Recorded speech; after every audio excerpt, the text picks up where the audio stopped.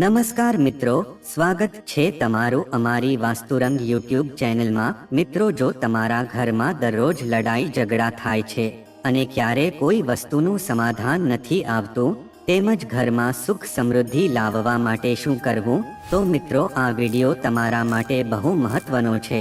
તો મિત્રો, વિડિયોમાં આગળ જતા પહેલા જો તમે ઈચ્છતા હોવ કે માતાજીની કૃપા તમારી ઉપર બની રહે તો વિડિયોને લાઈક કરી અને કમેન્ટમાં જય માતાજી જરૂર લખી દેજો। મિત્રો, ઘરમાં સુખ સમૃદ્ધિ લાવવા માટે આપણે એક પ્રાચીન કથા સાંભળશું। દેવી રૂકમણી ભગવાન શ્રી કૃષ્ણને પૂછે છે, હે પ્રભુ, પૃથ્વી લોકમાં મનુષ્યના ઘરમાં લડાઈ ઝઘડા શા માટે થાય છે, અને જે ઘરમાં લડાઈ ઝઘડા થાય છે એમાં શું થાય છે, અને જે ઘરોમાં હંમેશા લડાઈ ઝઘડા થતા રહે છે એવા મનુષ્યએ શું કરવું જોઈએ કે જેનાથી તેના ઘરમાં સુખ શાંતિ બની રહે અને આખો પરિવાર છે હળી મળીને રહી શકે। ત્યારે ભગવાન શ્રી કૃષ્ણ કહે છે કે હે દેવી રૂકમણી, તમારો પ્રશ્ન છે બહુ મહત્વપૂર્ણ છે, એના વિશે દરેક મનુષ્યએ જાણવું ખૂબ જ જરૂરી છે।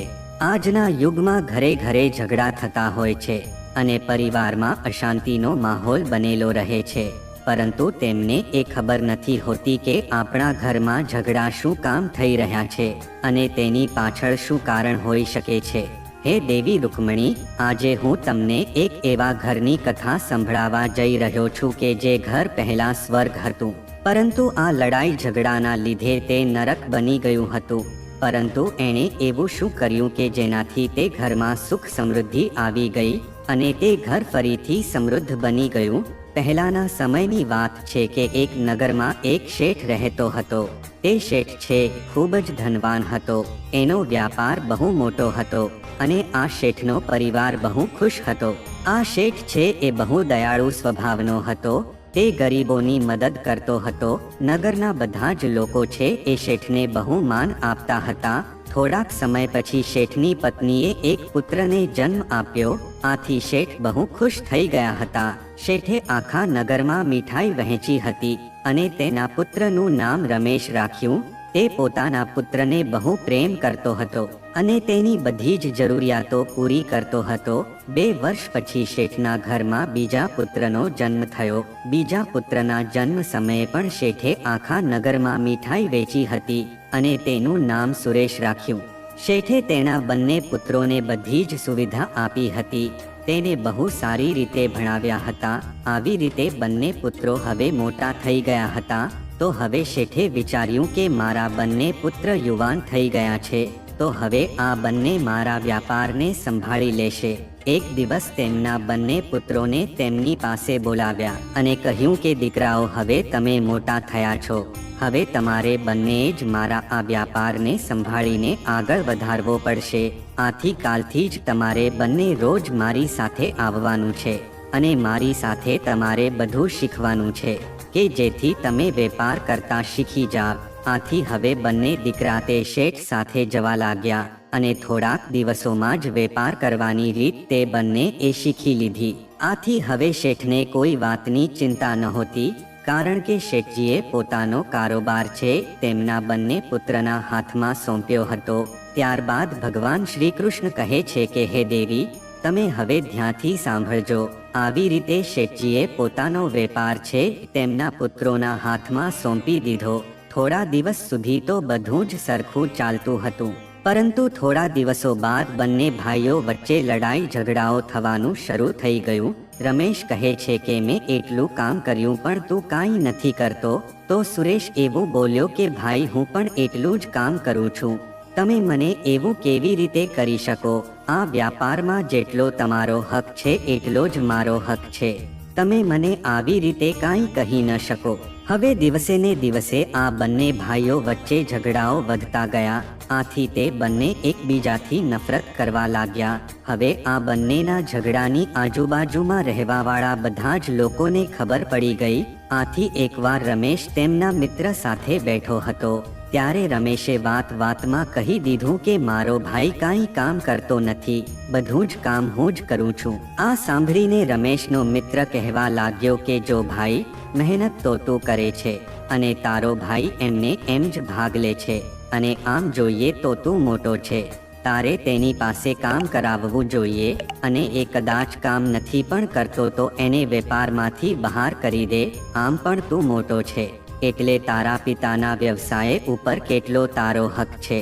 રમેશને તેમના મિત્રને વાત સારી લાગી હતી, અને તે વિચારવા લાગ્યો કે હવે તો આને વેપારમાંથી મારે કાઢી જ નાખવો પડશે. આ બાજુ સુરેશ પણ તેના મિત્રને મળ્યો, તો તેમને પણ તેના મિત્રને જણાવ્યું કે મોટા ભાઈ મને કાંઈ પણ કહી દે છે, એ મને હંમેશા ખીજાતા રહે છે. ત્યારે સુરેશના એક મિત્રએ કહ્યું કે તે તારાથી મોટા છે. ત્યારે સુરેશે કહ્યું કે મોટા છે તો શું થઈ ગયું, એ જેવું કહે એમ કાંઈ થોડું હોય. તો સુરેશનો મિત્ર કહે છે કે જો ભાઈ, આ વ્યાપારમાં જેટલો હિસ્સો એનો છે એટલો જ હિસ્સો તારો પણ છે. તારો ભાઈ છે એ તારો ઉપયોગ કરી રહ્યો છે, અને એ ખુદ કાંઈ નથી કરતો, તારી પાસે કામ કરાવ્યા રાખે છે. એટલા માટે તું તારા ભાઈથી સાવધાન રહેજે. ક્યાંક એવું ના થાય કે તારો ભાઈ છે એ તારા પિતાના વેપારમાંથી તને કંઈ ન આપે અને તને વેપારમાંથી બહાર કાઢી દે. આ વાત સુરેશના મનમાં ઘર કરી ગઈ હતી. હવે રમેશ અને સુરેશ બંને ભાઈઓ ઘરે પહોંચે છે. ત્યારે બંને ભાઈ એકબીજાને એવી રીતે જોવા લાગ્યા કે જેવી રીતે બંને એકબીજાના દુશ્મન હોય. આ બાજુ શેઠ અને શેઠાણીને ખબર નહોતી કે આ બંને ભાઈમાં ઝઘડો કઈ વાતમાં થઈ રહ્યો છે. પણ હવે ધીરે ધીરે સમય વીતતો ગયો, અને આ બંને ભાઈઓનો ઝઘડો ખૂબ જ વધવા લાગ્યો. હવે શેઠ અને શેઠાણીને સમજમાં નહોતું આવતું કે તે હવે શું કરે. તો તે વિચારવા લાગ્યા કે હવે આપણે આ બંનેના લગ્ન કરી લઈએ. તેની ઉપર જવાબદારી આવશે તો તે બંને પોતાના કામમાં લાગી જશે. આથી થોડા સમય બાદ રમેશ અને સુરેશના લગ્ન કરાવ્યા. પરંતુ રમેશ અને સુરેશનો ઝઘડો છે તે બંધ થતો ન હતો. હવે બંને ભાઈઓને બસ એક જ વાતની ચિંતા હતી કે ક્યાંક વ્યાપાર તેના હાથમાંથી જતો ન રહે. આ બંને ભાઈ છે એ પોતાના દુષ્ટ મિત્રોની સલાહ લેતા હતા અને એકબીજાની વાતો કરતા હતા. એટલે બધા લોકોને એવું લાગતું કે આ બંને ભાઈ એકબીજાના દુશ્મન બની ગયા છે. ઘરે કામના લીધે બંને ભાઈઓની પત્ની પણ ઝઘડવા લાગી. હવે શેઠાણી આ બંને દીકરાની પત્નીઓથી હેરાન થઈને તે પોતે જ ઘરનું કામ કરવા લાગ્યા. પણ બંને વહુ નાની નાની વાતમાં પણ ઝઘડિયા કરતી હતી. આ જોઈને શેઠજીએ વિચાર્યું કે હે ભગવાન, મારા ઘરની હાલત આવી કેમ થઈ ગઈ છે. એક સમય હતો કે જ્યારે મારું ઘર સ્વર્ગ જેવું હતું. મારા જીવનમાં કોઈ પણ પ્રકારનો કોઈ દુઃખ ન હતું. આ તો નાની નાની વાતોમાં પણ હવે ઝઘડા શરૂ કરવા લાગ્યા છે. ત્યારે શેઠજીએ વિચાર્યું કે હું બંને દીકરાઓને અલગ કરી દઉં કે જેનાથી બંને વચ્ચે કોઈ વાતનો ઝઘડો જ ન થાય. ત્યારબાદ શેઠે બંને પુત્રોને અલગ કરી દીધા હતા.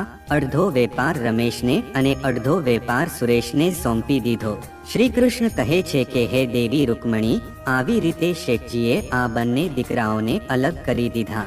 હવે બંને ભાઈ અલગ અલગ વેપાર કરવા લાગ્યા. બંને એકબીજાની ખરાબ વાતો છે એ ગ્રાહકો સામે કરતા હતા કે જેની અસર છે તેના વેપાર ઉપર પડતી હતી. અને બીજા વેપારીઓએ આ બંને ભાઈના ઝઘડાનો બહુ લાભ ઉઠાવ્યો.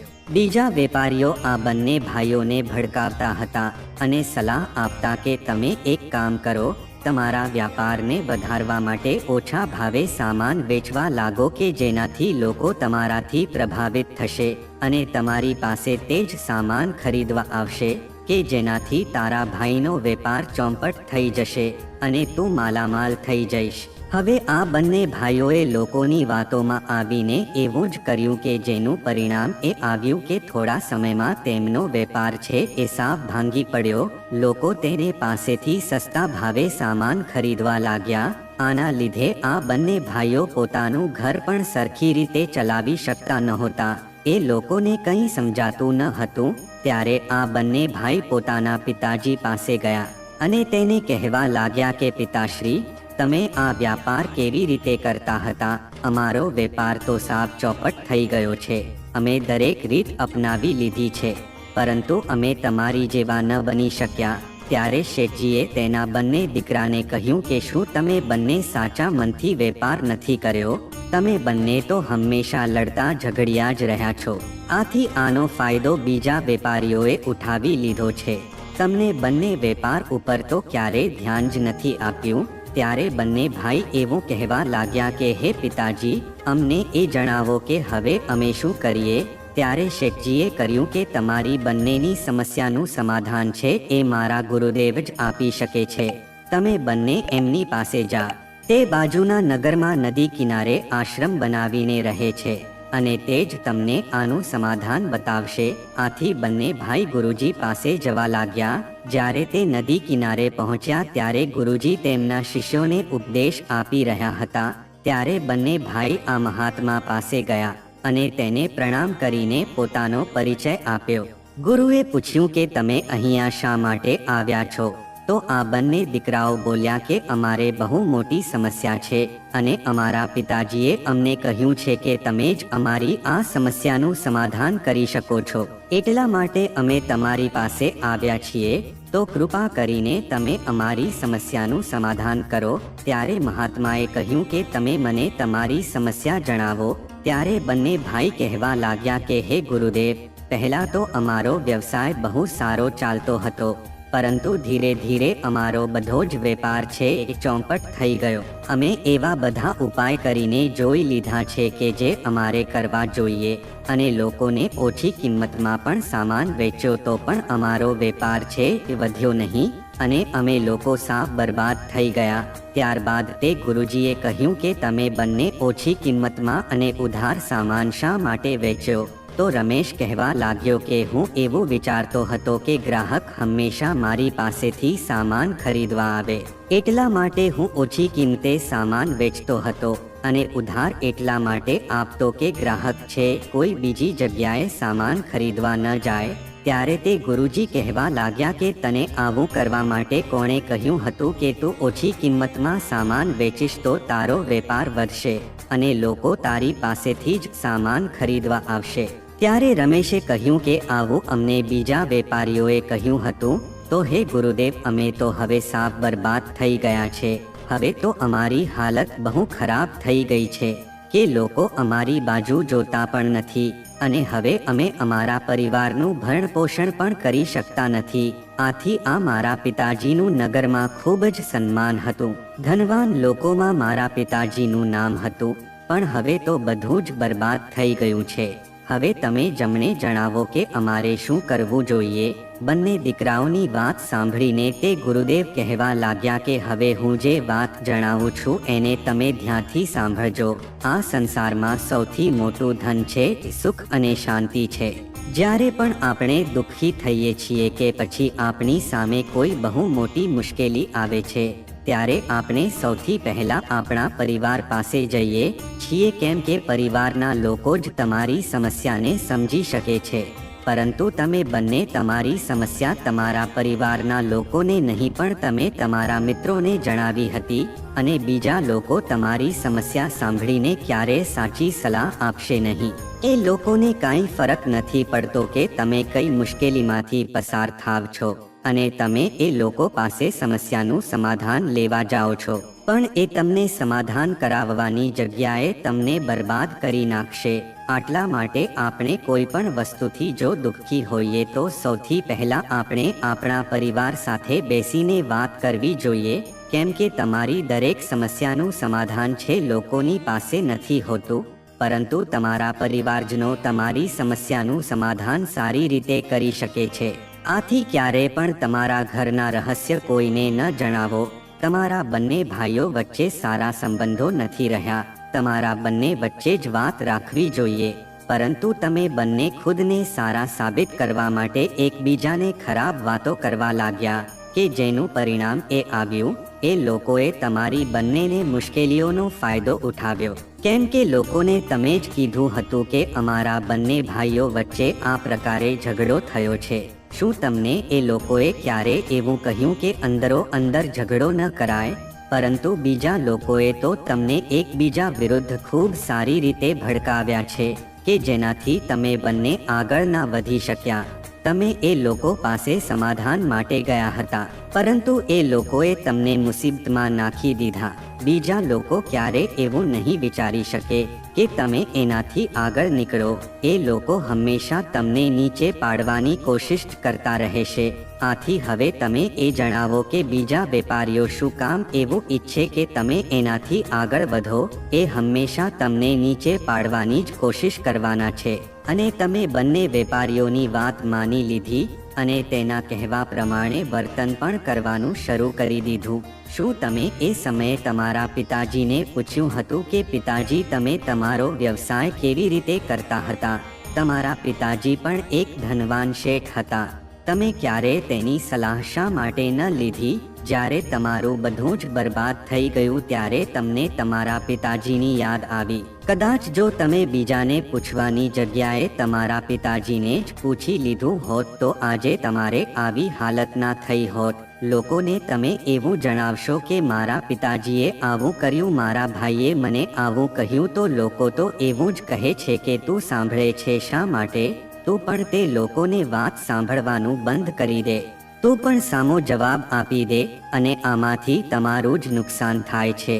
લોકો તો આગ લગાવતા જ રહેશે અને એ આગમાં આપણું આખું ઘર બળી જશે. એટલા માટે પોતાના ઘરની આપણે બુરાઈ ન કરવી જોઈએ. અને જો કદાચ તમારા ભાઈ સાથે સમસ્યા હોય તો તેને પોતાના પરિવાર સાથે જ સમાધાન લાવી શકો છો. અને કદાચ તમે બંને ભાઈ સાથે રહીને વ્યાપાર કર્યો હોત તો આજે તમે તમારા પિતાજી કરતાં પણ મોટા વેપારી બન્યા હોય. દરેક પરિવારમાં નાના મોટા ઝઘડા થતા રહે છે. જ્યાં 4 લોકો રહેતા હોય ત્યાં થોડું ઘણું મંડુક તો થવાનું જ છે. પરંતુ આપણે આવી નાની વાતોમાં ધ્યાન ન આપવું જોઈએ. આવી વાતો છે એ થોડાક સમય પછી તેની જાતે જ ઠીક થઈ જાય છે. અને કદાચ તમારાથી મોટા તમને 2 વાત કહી દે તો તમારી સાંભળી લેવી જોઈએ. પણ જો તમે તેને સામો જવાબ આપશો તો પરિવારમાં ઝઘડા થવા લાગશે અને તેનો પરિણામ એવું આવશે કે તમારું ઘર આખું બરબાદ થઈ જશે. તમારી ઉપર કોઈ પણ મુશ્કેલી આવશે તો સૌપ્રથમ તમારો પરિવાર જ તમારો સાથ આપશે. અને આપણા પરિવારમાં સુખ શાંતિ ત્યારે જ બની રહેશે કે જ્યારે આપણે એકબીજાને સમજીશું અને પરિવારના લોકોનું સન્માન કરીશું અને તેની ભાવનાઓને સમજીશું. તો હવે તમે બંને પણ ઈમાનદારીથી કામ કરીને તમારા વ્યાપારને ફરીથી ઊભો કરી શકો છો. બસ મારી આ વાતો હંમેશા યાદ રાખજો. ત્યારબાદ તે રમેશ અને સુરેશ ગુરુદેવને પ્રણામ કરીને એકબીજાને ગળે મળે છે અને એકબીજાને વચન આપ્યું કે હવે અમે બંને ભાઈ હવે સાથે જ રહેશું અને અમે બંને સાથે જ મળીને અમારો વ્યાપાર પાછો ઊભો કરીશું. અમે લોકો ક્યારે પણ બીજાની વાતોમાં નહીં આવશું અને અમારા પરિવારના રહસ્ય કોઈને જણાવશું નહીં. ત્યારબાદ ભગવાન શ્રી કૃષ્ણ કહે છે કે હે દેવી રૂકમણી, આ રીતે આ બંને ભાઈઓ ફરીથી સાથે મળીને રહેવા લાગ્યા અને તેનો વ્યાપાર ફરીથી ઊંચાઈ ઉપર જવા લાગ્યો. એ દેવી, તમને તમારા પ્રશ્નોના ઉત્તર હવે મળી ગયા હશે કે પરિવારમાં ઝઘડા શા માટે થતા હોય છે અને આવા ઝઘડાઓથી કેવું નુકસાન થાય છે. તો દેવી રૂકમણી કહે છે કે હે પ્રભુ, હું મારા પ્રશ્નોના ઉત્તર સાંભળીને સંપૂર્ણ સંતોષ થઈ ગઈ છું. મને લાગે છે કે આ કથાને જો કોઈ પણ વ્યક્તિ સાંભળીને પોતાના જીવનમાં જો ઉતારશે તો તે જીવનમાં બહુ આગળ વધશે અને તેના જીવનમાં સુખ સમૃદ્ધિ આવશે. અને જે ઘરમાં લડાઈ ઝઘડા નથી થતા એવા ઘરોમાં જ લક્ષ્મી માતાનો વાસ રહેશે કે જેના લીધે તેમને ધન સંપત્તિની ક્યારેય કમી નથી રહેતી. તો મિત્રો, જો આ માહિતી તમને ગમી હોય તો વિડીયોને લાઈક કરી અને ચેનલને સબસ્ક્રાઇબ પણ કરી દેજો કે જેથી કરીને અમે રોજ વાસ્તુશાસ્ત્રને લગતા વિડીયો લાવતા રહીએ. તમારો દિવસ શુભ રહે મિત્રો. ધન્યવાદ.